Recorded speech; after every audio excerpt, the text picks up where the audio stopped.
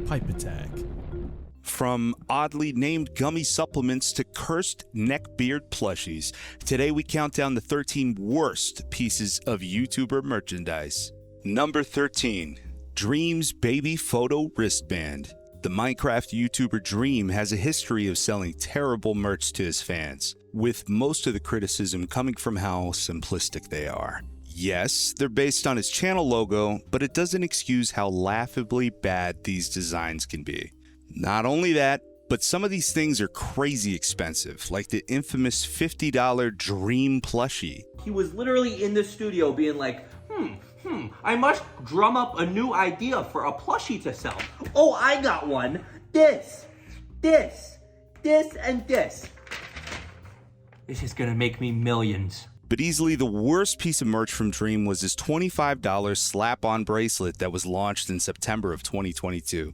Why is it so pricey, you may ask? Well, for some reason, he decided to include it with a flash drive containing old baby photos, chapters from Dream's old books, memes off his camera roll, and much, much more. Basically useless junk to anyone besides rabid Dream stans. This only amounted to more ridicule from others online, who believed he was feeding into these parasocial freaks to his own detriment. The same fans who were trying to dox him and attack him in real life. It would take a potentially career-ruining scandal for Dream to stop playing into these stans, even addressing how creepy and weird it was for him to sell his baby photos. He essentially put the blame on his parents for the idea, claiming they just wanted to make the product unique without thinking externally. The intent wasn't at all to sell pictures of me when I was a baby, which other celebrities have actually literally done. The intent was just to show a little bit of where I'm from. Like you would show pictures in a biography you would sell or something. It was my version of a little biography with writing and pictures and quotes. I think there's definitely something to be said about the concept of being in possession of a file of someone else's baby picture versus it just being in a physical book. So I totally get it. But you have to recognize that that's clearly not the intention. It should be something funny or cringe to make fun of and not be a serious thing, like being about pedophilia. Number 12. Tommy Innett's clothing collection. Dream's former friend turned petty rival also has some embarrassing merch, made worse by how flashy it is. Say what you will about Dream shirts, but at least most normal people wouldn't know it's merch based on a YouTuber. They might just see it as a simple smiley face, but with Tommy, his shirts feature his name in bright text, letting everyone know how much of a loser you are. If you're over the age of 18 and wearing this shit, you legit need to rethink your life. Not even joking there. This is infinitely worse than anything put out by Teddy Fresh or any similar brands. But nothing is as embarrassing as Tommy's core collection from last year, which features such designs as I love my fans, King of Chaos, Tommy Innit, I hate goats, tried Vapely once, when has morality ever been cool? You can call me anything, but do not call me poor. And he just lives for the drama, with Tommy describing himself as a messy drama queen. Speaking of which, his drama with Dream is actually what made me look into his shitty merch. Long story short, Tommy had been spreading some of the false accusations against Dream, resulting in him being called a retard. Tommy cried foul, so Dream made a response where he criticized how performative and shallow he is. It's the perfect way to describe his merch, both the messaging of it and in terms of how it's made. I'm not just selling USB baby photos or lazily designed merchandise, alright? I'm doing the best with what I have. Tommy went with a merch company that actually had some really cool designs, with some very hardworking child laborers to make it possible. Unfortunately, that company also scammed a bunch of his viewers, and multiple of his creator friends got scammed and literally never got paid, and the company went bankrupt. The biggest creators in the world are at the center of a scam, and I don't know if I should talk about it. Some have been defrauded, others are associated, and most are plain embarrassed. This is actually true and was investigated by CoffeeZilla. Number 11. Cunny's Gummies. These are creatine gummies released by the Australian fitness influencer Adam Sullivan. Because of that, it's hard to judge these based on taste. They're obviously meant as supplements and not a snack. Though many have criticized how much they cost and how many gummies you'd have to consume versus the standard powdered creatine. But clearly the main point of contention is the name, Cunny's Gummies, which has a very disturbing connotation. According to Adam, Cunny's is meant as a term of endearment for those in his fitness community. But to everyone else, the term cunny is synonymous with lolicon material, which sexualize underage characters. Clearly, Adam didn't intend for this, but one simple Google search could have stopped this embarrassing blunder. Pretty much everyone else, including those in his home country of Australia, think this same is really bad and decreases the quality of his product for him. This is disgusting. Why? Because I called Cunnies. Cunnies gummies. They're called f***ing Cunnies gummies. He's made millions off of it. Oh, okay. S. Put that shit in E now. Number 10.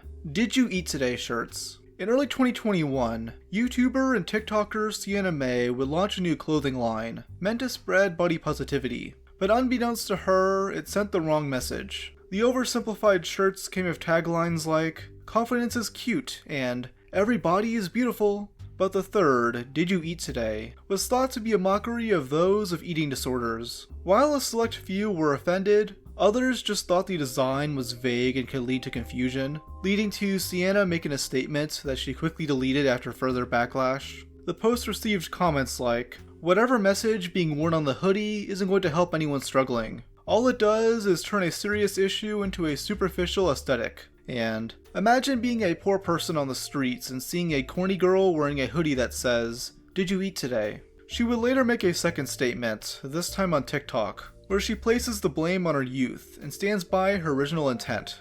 Hey guys, I've heard the messages from many of you and I'm deeply sorry for any offense caused. I'm young and I'm still navigating the world and this industry, and obviously I will not always get it right the first time. I care deeply about inclusivity and I strive to lead by example. That means listening. With that said, I have heard you and I have removed the merch. At the time, this was her biggest controversy, though it was soon eclipsed by serious allegations of sexual assault, video evidence being provided, and a terrible interpretive dance apology video. I did a whole video on this saga last year if you're interested. Number 9. Terrible U2's figurines.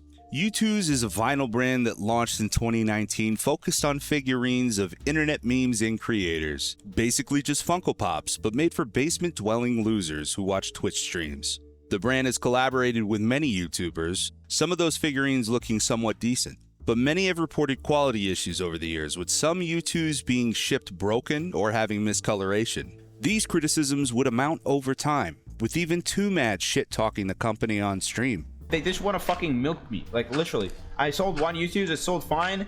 They only made 1,000 pieces, but it sold out. Easy. They gave me $7 per toy, and they have the fucking balls to come back to me, ask me to make another YouTube's, and then I asked them, yo, give me the same split you're giving everybody else. Give me the same split, $10 per toy, and they're like, nah, we can't do that. Oh, nah, fuck off. Fuck off. Literally die. And they're like, their shit's like copyrighted too. They're like selling memes that they don't even fucking own. Like they're literally selling Sonic toys. This shit's fucking illegal. Like, why are you being scumbags? What's the point of being a scumbag? Like, you have a really cool business idea. You have people, good artists who can make really cool things. You have 3D modelers who can, you know, make really artistic, cool things that are original. Why be a scumbag and copy things and give people shitty splits? Like, you're just gonna have people like me shit talking. 2Mad got his own figurine the year prior, and at this point, it's probably cursed with some sort of bad juju. There's an evil spirit in there ready to drive to Oregon. Speaking of which, there's been many U2's figurines of now canceled YouTubers, which was bound to happen. Imagine still owning a Mini-Lad or I'm Alex toy. Best thing to do is throw a brick at them. But there's some based on already shit YouTubers at the time, like Nuxtaku or the Dobre twins, which many have criticized for having laughably bad designs. Possibly the worst collectible released by the company has to be the Beluga toy, based on the shitty meme edit YouTube channel that makes slop for children. For $30, you get a 2-inch tall piece of plastic resembling a cat with sunglasses. Good job, U2s. Number 8. Xanderhall's Lazy Merch. Xan is another creator I've done a full documentary on if interested. He's a leftist breadtuber who streams himself, owning the Conservatives, but has lost favor of most in his community. Xanderhall has burned nearly every bridge he's had with other creators, leading to some embarrassing leaks that tarnished his reputation. I hate all of them, Cherry. I want all of them to die. I would kill Keffels in a heartbeat. I wouldn't even shoot her. I'd beat her to death with the gun. Because of this, Xan has resorted to e-begging on his stream, struggling to make $5 in donations after 2 hours. Let us move on, but first I gotta update the dono goal to reflect the generous, singular donation we've gotten so far. Thank you for the $5, guys. I appreciate it. With this in mind, it's no wonder that he's resorted to extreme measures to make money, including selling some of the crappiest merchandise I've ever seen. He basically slapped his shitty X logo on some clothes and called it a day, including a mug and a sports bra. Zan, buddy, I don't think any woman is going to advertise your crumbling YouTube channel on her tits. But the funniest design is this I was radicalized by Minecraft shirt, trying to poke fun at some of his critics. It doesn't work though, since according to his old content, this claim is true. He played in the 2B2T server and thought he was being radicalized into a neo-Nazi because people were spamming slurs in chat. I'm sure having a black guy model a shirt like this was a great choice. I don't condone violence, but if you're out in public wearing this shit, you might as well expect to get your ass kicked. It's like an invitation. Number 7.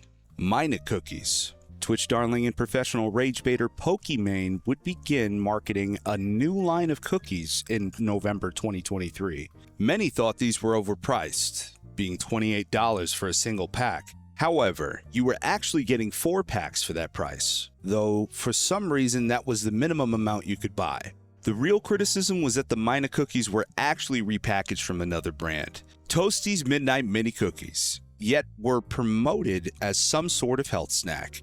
In reality, the cookies had lower amounts of vitamin D than claimed, leading to allegations of false advertising. Even still, the situation really didn't blow up until Pokey responded on stream in one of the worst ways possible. Like, oh my god, $28 for cookies? It's 4 bags. That's $7 a bag. I know math is hard when you're an idiot, but like if you're a broke boy, just say so. If you want to pay $8 for Twitter Blue for some pixels, that's okay. That's fine. You spend your money how you want. I'll spend mine how I want. And everyone else will spend theirs how they want. That's the beauty. This highly agitated response from her made her seem out of touch and dishonest, and she failed to respond to any of the legit claims against her. Pokey did later address the repackaging claims, but this failed to convince people. This project seemed to be a massive failure, as only 2 years later, the Mina website had no products available for sale. YouTuber Scott Schaefer investigated this, theorizing that the company secretly went out of business. He asked Pokimane directly, leading her to quietly delete everything. I don't really know what's going on with their website, but I definitely think this company no longer exists. And I think it proves my point that I was making in the first video, that the reason they left the website up, even though they hadn't been selling products since October and they had no contact information, was because they knew, you know, it would be a lot of bad press for Pokimane if it came out that her company shut down, which is exactly what happened. Number 6. Zoella's Advent Calendar. Zoella is your stereotypical vlogger and beauty YouTuber who's been left in a bygone era. I'm sure most of you didn't even know who she was. I surely didn't. Honestly, this whole controversy I'm about to inform you of is the only interesting thing she's been a part of. In late 2017, Zoella announced a 50-pound advent calendar, which was widely mocked for how ridiculously overpriced it was. I mean, the only company that can get away with selling an advent calendar that expensive is LEGO, cause come on, it comes with a Dr. Doom minifigure. Unnecessary LEGO tangent aside, Zoella's product only included 12 doors instead of the usual 24 or 25, and it was filled with mostly useless junk. This includes cheap cookie cutters, a flimsy pen, a notepad, stickers, and a small bag of confetti. And as you can tell, I mean, it's green and gold stars. I mean, it's confetti. Door number 2. Jamie, door number 2's got confetti in it. It's a bag of fucking confetti, mate. She's taking the piss. It really just feels like she took the piss, and Zoella's response was to simply place the blame on the retailer. The calendar's price was soon cut in half, though critics pointed out that all the items combined cost even less than that, being £20. Number 5. Tana Mojo's Tana Condoms. In the summer of 2018, Tana attempted to create a viable competitor to VidCon called TanaCon, which quickly fell apart due to poor planning. Around 5,000 people showed up, way too many for the incredibly small venue. Many of these attendees had to wait outside, suffering through dehydration and heat strokes. The lucky few who got to come inside were treated to a Tana-themed gift bag containing items such as a wristband, lanyard, phone grip, and a condom. This Tana-branded prophylactic was probably cheaply made and clearly included as a last-minute addition. This condom, I heard that it was like I mean, like, really cheap too. It's like Trojan would never. I mean, I can't. I mean, thank God they gave you guys condoms because you guys all got fucked. I mean, cheesy. It's very weird to include since many of Tana's fans were on the younger side, with some being in their young teens. And even if one of her teenage fans were to use it, the condom looks so poorly made that they would have been a better option to just have unsafe sex. Number 4. Offending Everybody's terrible shirts. Offending Everybody is one of those YouTubers who's overly edgy to disguise the fact that he's terribly unfunny, and nothing encapsulates that better than the merch he was selling in 2024. Stuff you really shouldn't be caught wearing in public. Designs like, I don't wash my hands, any hole will do, friends, and best part of a dog, they can never say no. And I'm sure I'll get some comments like, Rob, you fell for the bait. You're getting offended by his really cool merch designs. Yeah, I'm not offended. I just think the shit is lame.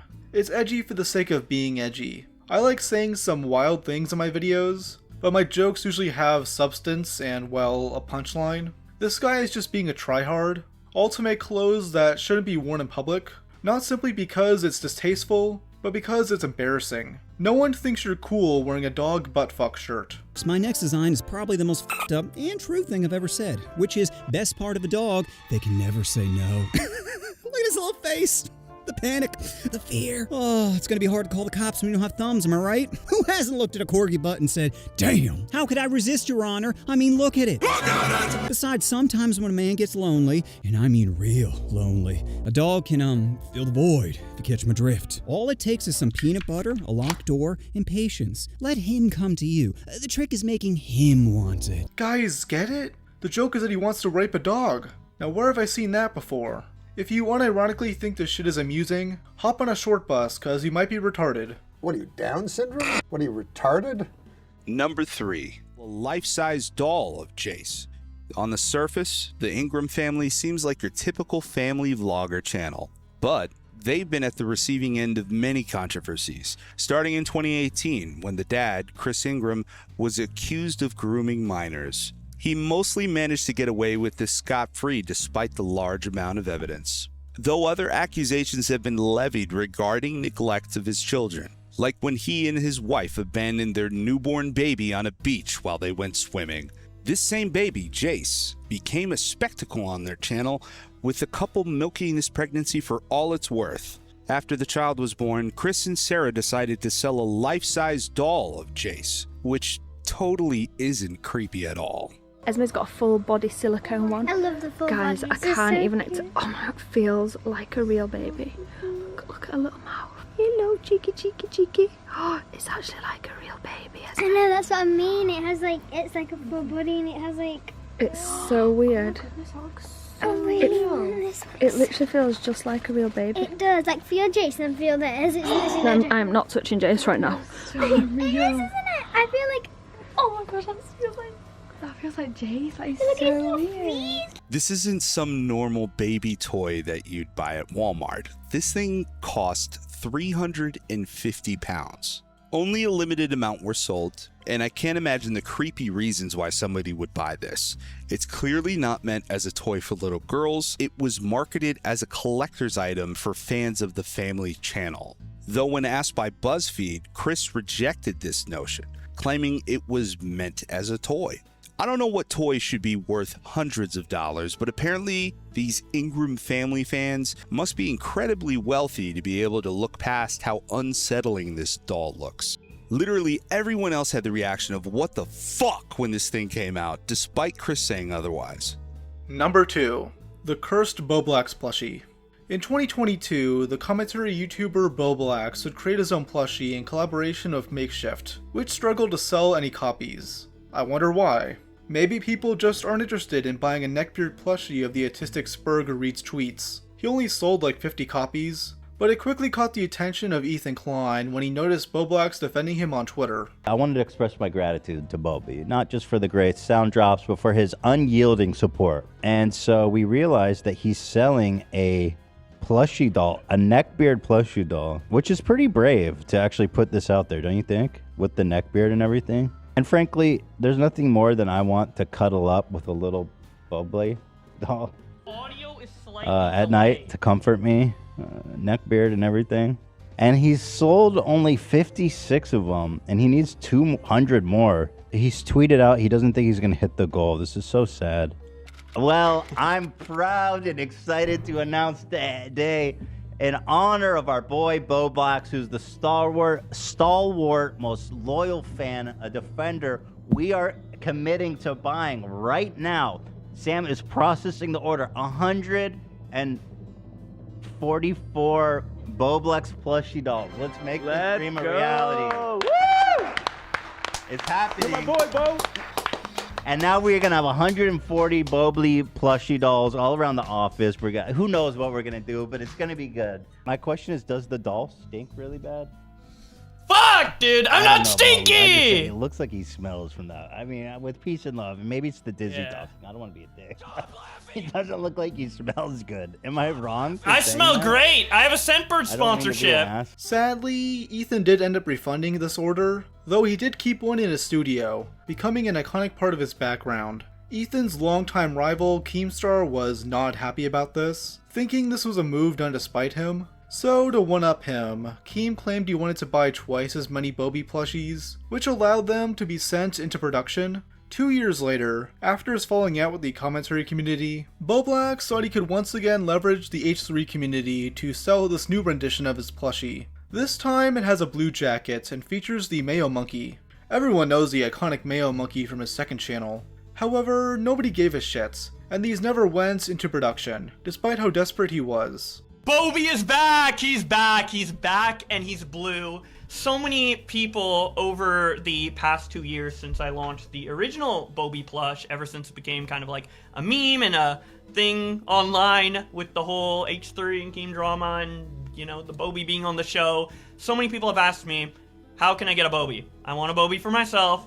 It even got to the point where people were making bootlegs of it, and Keemstar was selling the original for $250 each, which is just insane. So I figured, hey, let me give you guys a chance to buy Bobby, but still keep the exclusivity of the old Bobby and the fans who were, you know, there to buy it. This guy is fucking delusional, holy shit. This went so badly for him that he quickly resorted to selling pictures of his malformed penis on OnlyFans. These were spread around on Twitter during January 11th, 2025, the darkest day ending in 11. This all could have been avoided if y'all just bought this damn neckbeard plushie. Number 1. JoJo Siwa's asbestos-filled makeup. And here we have a YouTuber product so absurdly bad, it had to be recalled. Internet sensation turned worldwide laughingstock JoJo Siwa released this themed makeup set in 2019, which was quickly taken off of shelves by the FDA. They reported that it indicated the possible presence of trace amounts of asbestos fibers in the powdered eyeshadow element of the kit. We have to give props to Claire's, who has responded, saying that they have voluntarily recalled the JoJo cosmetic kit out of an abundance of caution after testing by the US FDA. And of course, I mean, you guys, this comes 3 months after Claire's had already recalled 3 more products from their shelves for the same issues of asbestos. It's pretty scary. It's very scary. It's pretty it sounds scary, so guys. gross. JoJo obviously wasn't directly involved with the product's creation since she was a teenager at the time, but it's insane this even happened in the first place. The fact that something on store shelves, let alone a children's product, could have asbestos in it is concerning. And it's something that still happens. Just this year, another toy, a stretchable golden monkey, also had traces of the chemical in it. Though asbestos being found in makeup is way worse, as it's more likely to get ingested into someone's body, potentially causing cancer. Though it's still probably less fatal than listening to any of JoJo Siwa's music. That'll be it for this video. Have a good one!